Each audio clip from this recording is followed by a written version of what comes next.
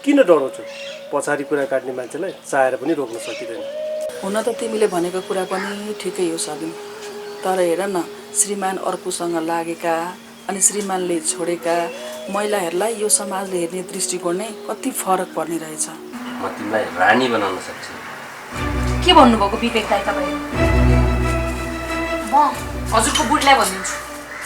त्यसो नभन निर्मला, नभन है, मैले भने मान नि, नभन। साइड गरेर हिँडेको मान्छेलाई कता हिँडिस् भनेर सोध्न हुँदैन भनेर थाहा छैन? साइतै बिग्रिने भयो नि। अचम्म छ, सायदै बिग्रिने बोरी हैन, कहाँ जान लागि होस् र? मिटिङमा जान लागेको किन चाहियो तँलाई?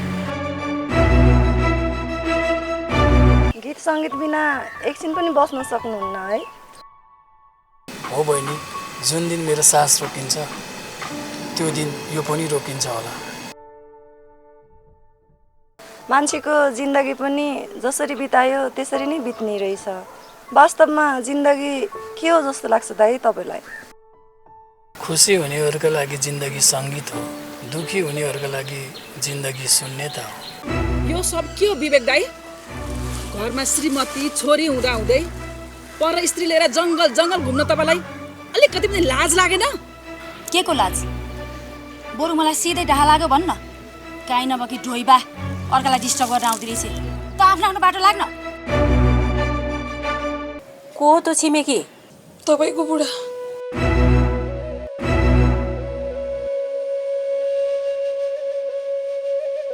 होइन, के भन्दै छौ तिमी? ह के गरे मेरा बुढाले? तपाईको बुढाले मलाई दुर्व्यवहार गर्नुभयो। किनकि कसैको परिवार नबिग्रिने यहाँ मेरो परिवारै बन्दैन। ए तेरो परिवार बनाउनु पर्यो? बनाउँछस् परिवार? चल चल चल आफ्नो परिवार लु बना। छोरी छोड दे।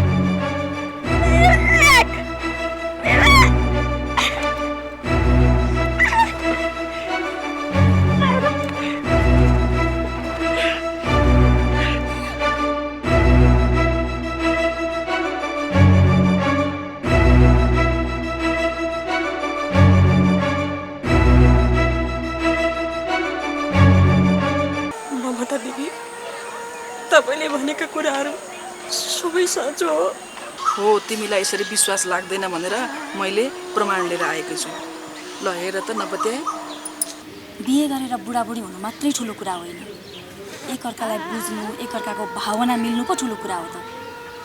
मैले भनेको मान्छौ भने नि, तिमीलाई यदि त्यो घरकी श्रीमती मनै परेको छैन भने डिभोर्स देऊ क्या।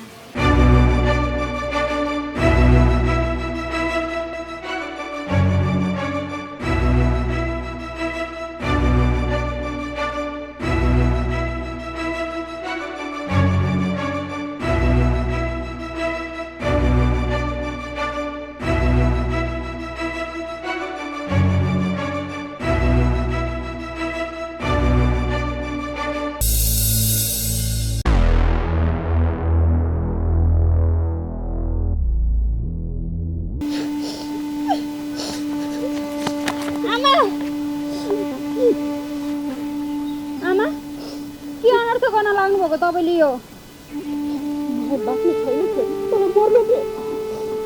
आमा त्यसो नभन्नु न। तपाईले मलाई छोडेर जानुभयो भने त म अनाथ हुन्छु। बाबाले गरेको गल्तीको सजाय मलाई किन दिँदै हुनुहुन्छ?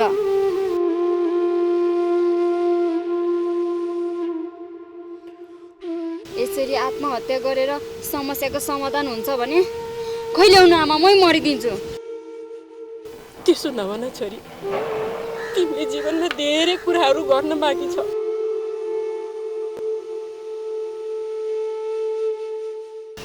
मलाई तपाईँ बिनाको उज्जवल भविष्य चाहिँदैन। मेरो भविष्य सपना सबै तपाईँ नै हो आमा। म भनेको त अस्ताउन लागेको काम जस्तै हो।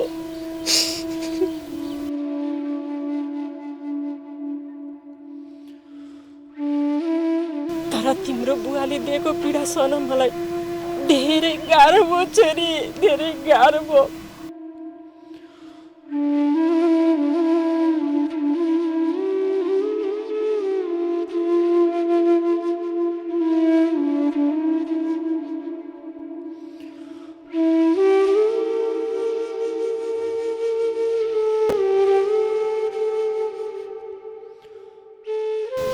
बरु जाउँ आमा, त्यो अलक्षिणी आइमाईको चङ्गुलबाट बाबालाई छुटाएर ल्याउनुपर्छ।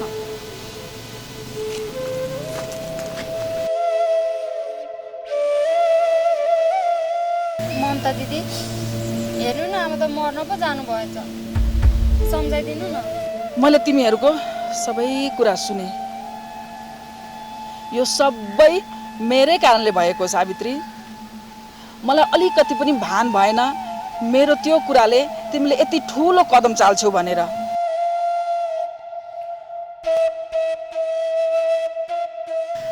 तर सावित्री, तिमीले आफ्नो छोरीको मुख हेरेर भए पनि लामो जीवन बाँच्नुपर्छ।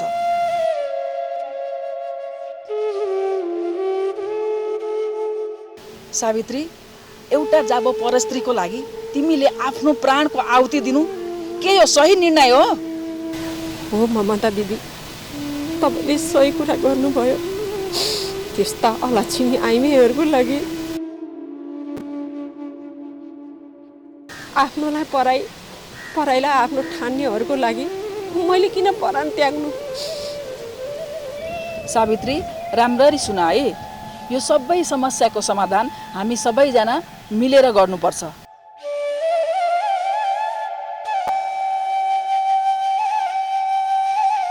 हे भगवान, मैले यो के गर्न गइरहेकी रहेछु? ममता दिदी, सक्नुहुन्छ भने मलाई माफ गर्नुहुन्छ। ल, केही भएन सावित्री, अब यो समस्याको समाधान हामी सबै मिलेर गर्नुपर्छ। जाउँ अब घर।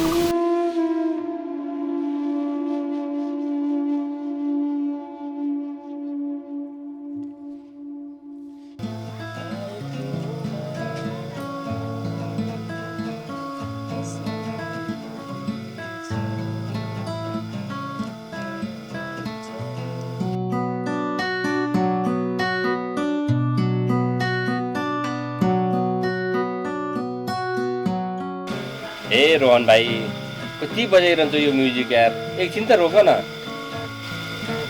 ए दाइ, मेरो जिन्दगी नै यही गिटारमा छ, कहाँ रोक्ने कुरा गर्नुहुन्छ? बरु सुन्नु न, तपाईँले यस्तो मिठो मिठो धुन बजाइरहेको छु।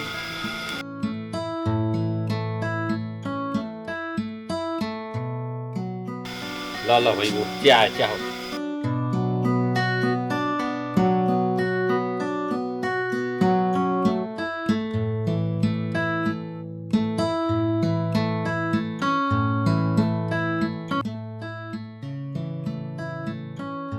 ओ विनोद दाई, अनि रोहन भाइ के छ खबर?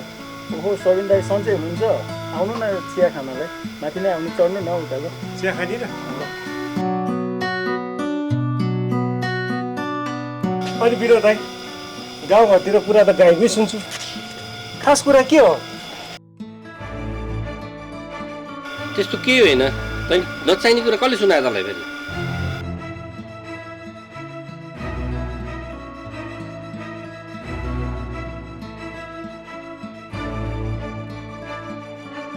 हे तेरिका दाई, केटा मान्छे यस्तो कुरा भइहाल्छ नि, किन लजाको? ल ल, त्यो दायामाया कुरा छोड्दै बरु चिया खा। अनि तेरो चाहिँ के छ भन्?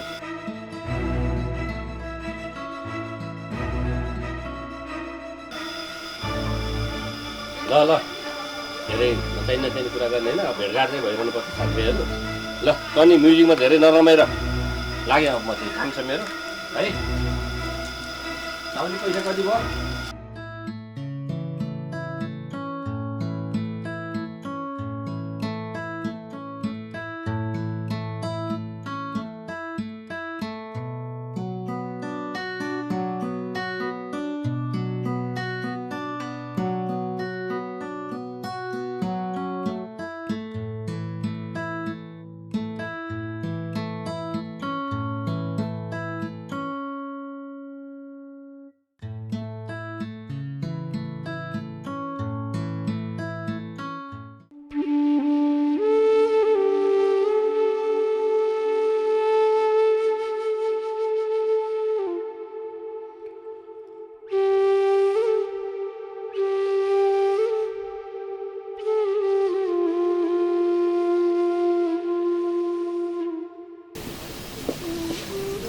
सृजना जाऊ भित्र गएर पानी लिएर आऊ त।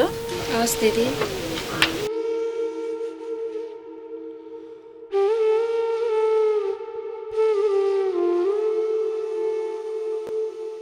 सुन सावित्री, अब तिमीले कमजोर हुने होइन, आफूलाई एकदम दरिलो बनाउने।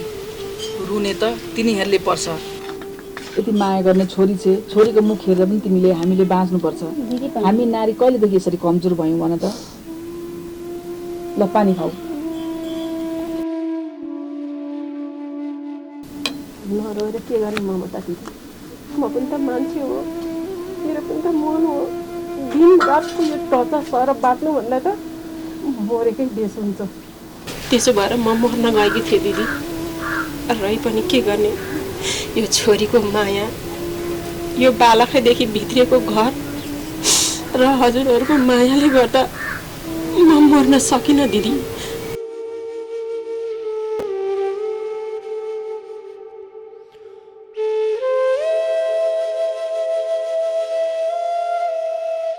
विवेक दाई, तपाईँ कहाँ जानुभएको थियो भन्नुहोस् मलाई। तपाईँलाई थाहा छ दिनभरि तपाईँको घरमा के भयो? विवेक दाई, तपाईँ यति कठोर कसरी हुन सक्नुहुन्छ भन्नुहोस् त। तपाईँबाट आज हामीलाई जवाफ चाहिएको छ। तपाईँको श्रीमती सावित्री, तपाईँकी छोरी सृजना र म स्वयंलाई तपाईँले जवाफ दिनुपर्छ। अब यसरी चल्दैन तपाईँको घर। विवेक दाई, तपाईँ आज यहाँबाट जान पाउनुहुन्न। तपाईँले हाम्रो जवाब दिनै पर्छ। किन के गरौँ म तपाईँले? किन अन्जान जस्तो बन्नुहुन्छ? तपाईँलाई केही थाहा छैन आज के भयो भनेर?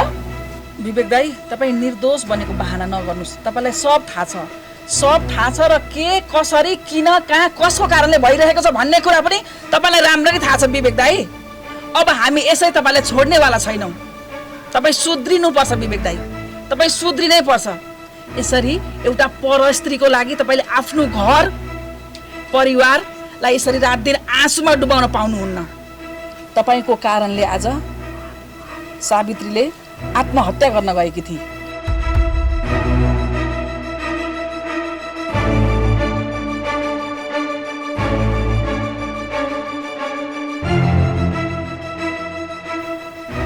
के तपाईँलाई थाहा छैन त्यो कुरा?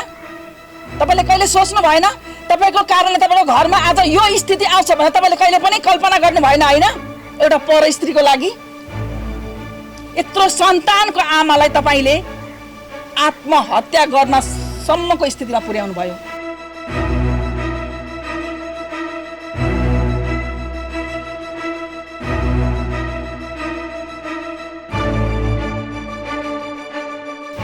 तपाईँलाई अलिकति पनि पश्चाताप छ भने आज यही सावित्रीको खुट्टामा ढोगेर तपाईँले माफी मागेर पापको प्रायश्चित गर्नुपर्छ विवेक दाई। हो बुवा, तपाईँले अब आमासँग माफी माग्नै पर्छ।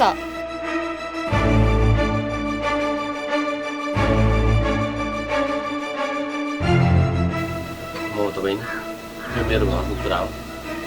यो सबै गाउँले हँसाएर यस्तो कुरा गर्नु उचित हुन्न। तपाईँ अहिले जानु होला, म घरको कुरा सबै मिलाउँछु। सुन्नुहोस् विवेक दाई, यो तपाईँलाई मेरो अन्तिम चेतावनी हो। फेरि आइन्दा तपाईँको घर परिवारमा यस्ता घटनाहरू दोहोरिए भने मैले मात्र होइन, यो समाजले तपाईँलाई कदापि माफी दिने छैन। यो कुरा तपाईँले जिन्दगीभरि याद राख्नुहोस् विवेक दाई।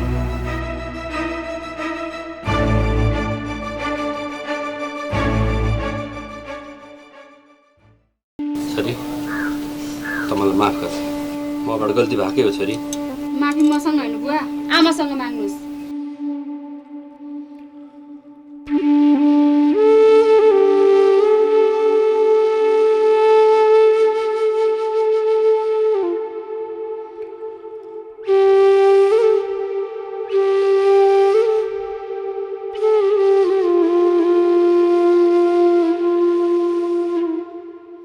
सावित्री, मलाई माफ गरिदे।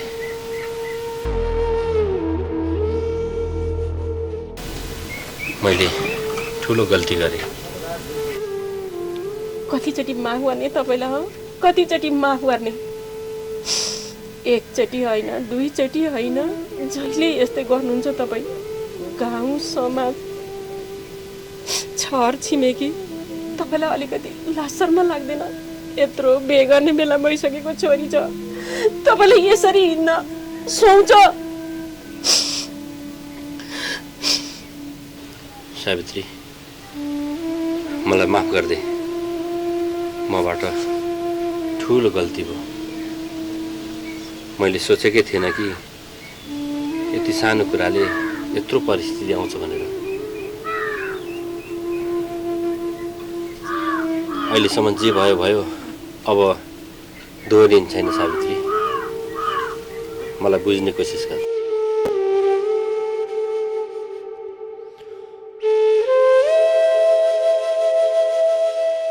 भइगयो आमा, छोडिदिनुहोस्। बुवाले माफी मागिहाल्नु भयो नि, धेरै टेन्सन नलिनु।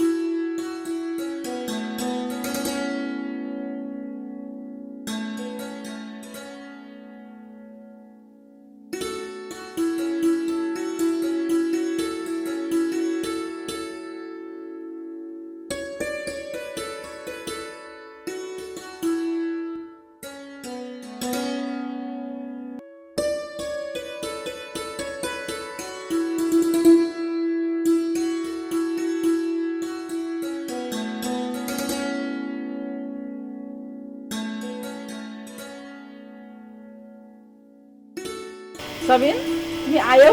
आऊ बस न।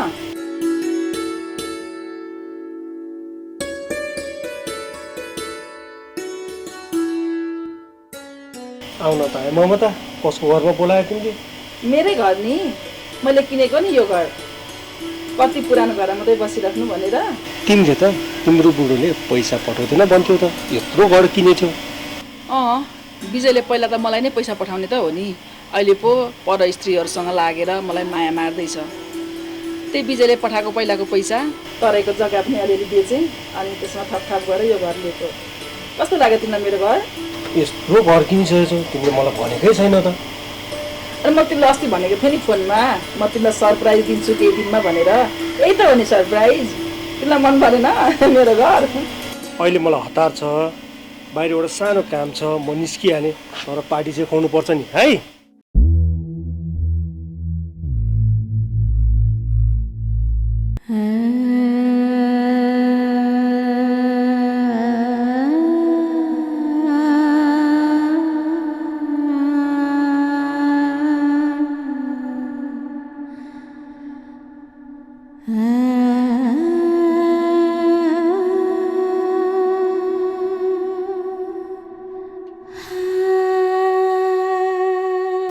सावित्री,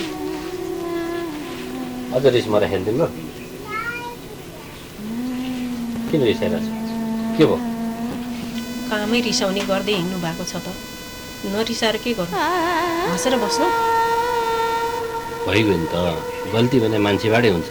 एकचोटिलाई माफ दियो भनेर मैले भनिसकेँ त, फेरि रिसाइरहन्छ नि त।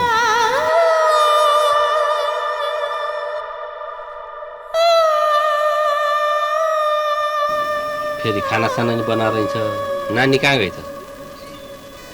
यतै थिए त, देख्नु भएन? हरा हेर्ने भयो थाहा हुन्छ नानी कहाँ छ के छ भनेर। ल ल नरिसाऊ, खानासाना पकाएर राख। म त्यहाँ एकछिन अर्जेन्ट काम छ, तल पुगेर आउँछु। पकाउँदिनँ म खानासाना। ल ल, धेरै नरिसाऊ, खाना पकाएर बस, म आइहाल्छु।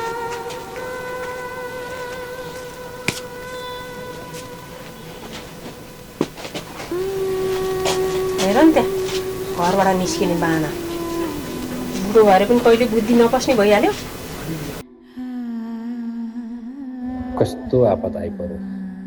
सबै कुरा सावित्रीले थाहा पाएर तनाव लिइरहेको छु।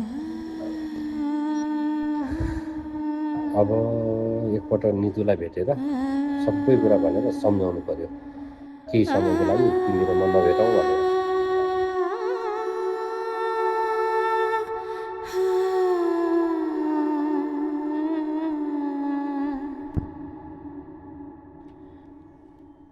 आमा एक्लै हुनुहुन्छ त? बुवा खोइ त? तेरो बाउ कहिले बसेका छन् त घर गइसके गाउँतिर भात पकाएर राख भनेर गएका छन् म त सक्दिनँ भात पकाउनु जा भित्र गएर भात पकाउ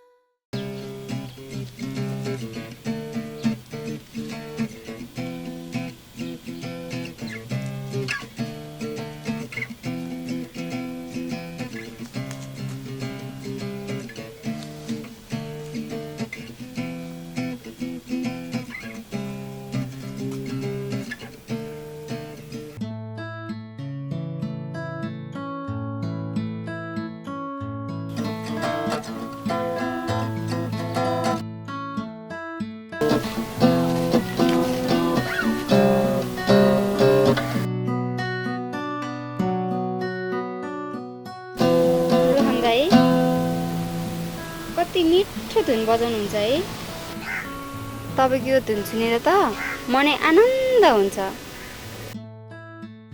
यो त मेरो भित्री हृदयदेखि बजेको आवाज हो अनि कसरी मिठो नहोस् त मैले साँच्चीकै मनैदेखि भनेको दाइ मलाई हजुरले बजाएको धुनहरू असाध्यै मनपर्छ यदि तिमीलाई साँच्चैकै मैले बजाएको धुन मनपर्छ भने अझै मिठा मिठा धुनहरू बजाउन म तयार छु अनि तिमी कहाँसम्म जान लायकी त यता म त्यही तलसम्म जान्ला थिएँ हजुरले मिठो धुन बजाएको सुनेर यति हल्मनले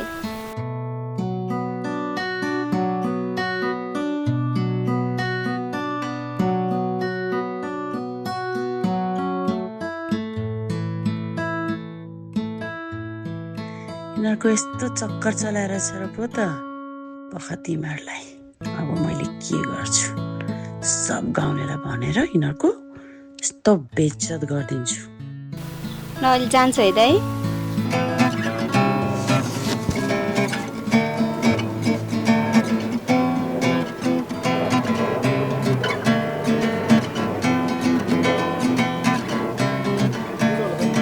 तिमीलाई कसले सुनाए यस्ता कुरा ल भन त कहाँ कहाँ घुम्छेस् कहाँ कहाँ जान्छेस् र के खान्छेस् के गर्छेस् भन्ने कुरा सबै थाहा छ मलाई अन्य कुरा पार्ने कोसिस नगर जसले जे सुनाउँछ त्यही कुराको पछि लाग्ने हो तिमी सुन विजय आइन्दा यस्ता कुरा लिएर मलाई कहिले फोन गर्ने नगर है वायात जस्तो आफू त्यस्तै सोच अहिले म कस्तो परिस्थितिबाट गुज्रिरहेको छु भन्ने कुरा तिमीले बुझ्दैनौ विजय न त तिमीले मलाई कहिले बुझ्ने कोसिस नै गर्यौ जहिले काम काम काम के तिमी जस्तो काम गर्ने यो दुनियाँमा अरू कोही छैन अरूका श्रीमान श्रीमती छैन तिमी त्यहाँ बसेर के गरिरहेकी छौ भन्ने कुरा मलाई थाहा छैन भनेको हेर सबै कुरा थाहा छ मलाई वाया कहिल्यै श्रीमतीलाई सम्झेर माया प्रेमका कुरा गर्ने सेयरिङ गर्ने केही गर्यौ तिमीले आजसम्म अनि उल्टै मलाई आरोप लाल्छना तिमीलाई अलिकति पनि लाज शरम लागेन यस्तो भन्नुभन्दा अगाडि मलाई औँला उठाउनुभन्दा अगाडि तिमीलाई अलिकति पनि केही अफसोस भएन है विजय मैले आफ्नो मान्छे पनि त्यहाँ राखेको छु तिमीले के गर्छौ के खान्छौ के लाउँछौ कहाँ हिँड्छौ भन्ने कुरा सबै थाहा छ मलाई झुट बोल्ने कोसिस नगर प्लिज विजय यस्ता कुरालाई लिएर हामी झगडा नगरौँ के जहिले पनि अरूका कुरालाई लिएर वाद विवाद झगडा यो चाहिँ अलिक बढी नै भयो कि सुन विजय तिमीलाई राम्रोसँग थाहा छ हेलो विजय हेलो हेलो विजय हेलो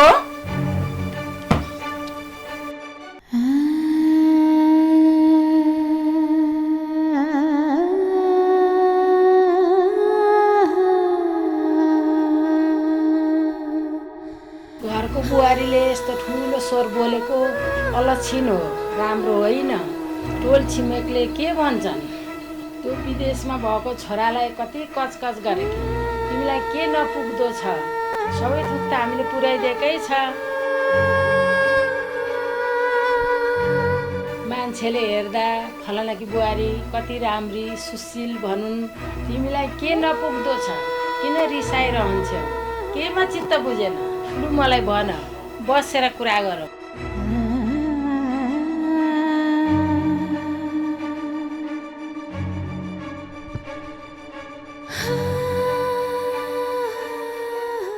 म रिसाकी होइन आमा, रिसाउनु भएको त हजुरको छोरा हो।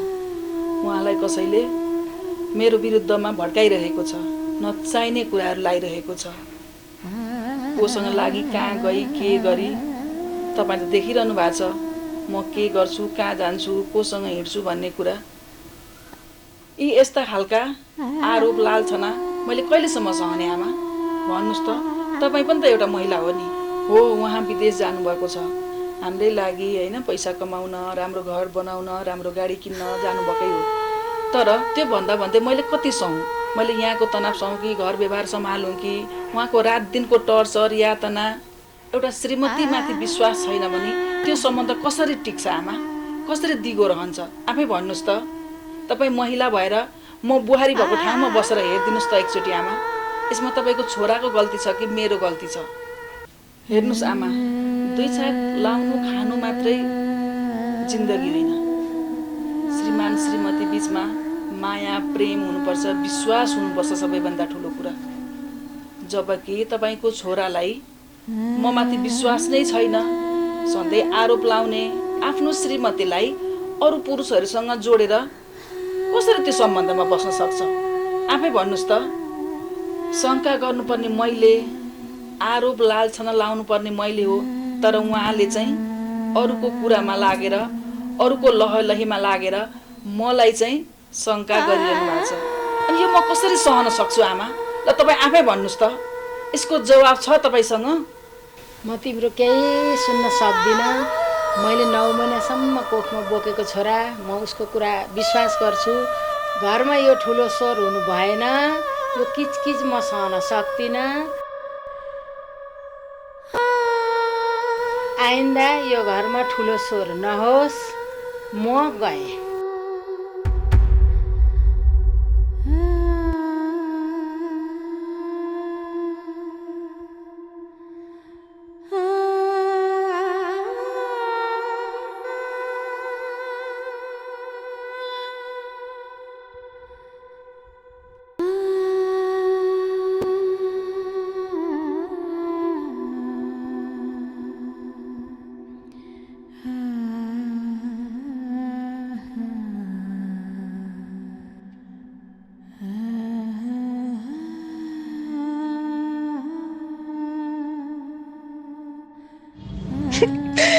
हे भगवान, मलाई मात्र किन यति पीडा दिएको? कहिलेकाहीँ त आफैले आफैलाई सिद्ध्याइदिउँ जस्तो लाग्छ। परिस्थिति पनि यति निर्दयी कसरी बन्छ होला है कसैको जिन्दगीमा? एकातिर बुढोको मानसिक यातना, अर्कोतिर उसैकी आमा सासूको गनगन, त्यसमाथि यो निर्दयी कथित समाजको बन्धन बाध्यता। कसरी बाँच्ने होला? यसको किचकिच कति सुन्नु, मैले सुन्न सकिनँ यसको किचकिच र हिँडेँ म गाउँतिर। आन्टी नमस्कार। कहाँ हो यस्तो भुतभुताउँदै? कता हिँड्नु भएको? बुहारीले त त्यही कुरा गर्छ, मलाई बस्नै मन नलागेर म हिँडेको। ल बस्नु, यहाँ एकछिन आउनु, यहाँ बसेर कुरा गरौँ त। होला, के भयो अनि? यत्तिकै झगडा गर्छ, हल्ला गर्छ, घर बस्नै मन लाग्दैन। जे गर्नुभयो ठिक गर्नुभयो आन्टी। म जस्तो भए त्यसलाई जगल्टाएर निकालिदिन्थेँ घरबाट, बुझ्नुभयो? म त्यस्तो गर्न सक्दिनँ नानी, के गर्नु?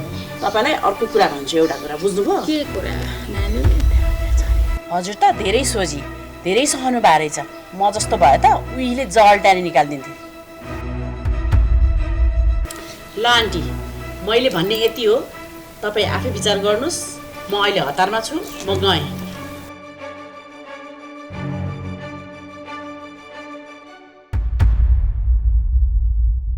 बेबीको कल आएछ। Hello baby. हेलो। ठिक छ। तिमीलाई? अनि सुन न, खोइ त तिमीले पैसा पठाइदिनु भने अनि अस्ति फ्राइडे पठाइदिनु भने होइन अनि आज हेर त स्याटरडे भइसक्यो खोइ त पठाइदेऊ न मेनिकेयर गर्नु पर्यो पेडिकेयर गर्नु पर्यो पार्लर जानु पर्यो मेरो सुज बिग्रेको छ सुज किन्नु पर्यो ड्रेसहरू किन्नु पर्यो गर्मी महिना आइसक्यो ओके अनि तिमी आएपछि पोखरा घुम्न जानुपर्छ है ओके बेबी अनि तिमीलाई म यहाँको न्युजहरू सबै दिइरहेको छु त तिम्रो बुढीको वरपर यहाँ छरछिमेकी यो गाउँलेहरूको सबै न्युज त दिँदै रहेको छु नि okay baby bye love you miss you okay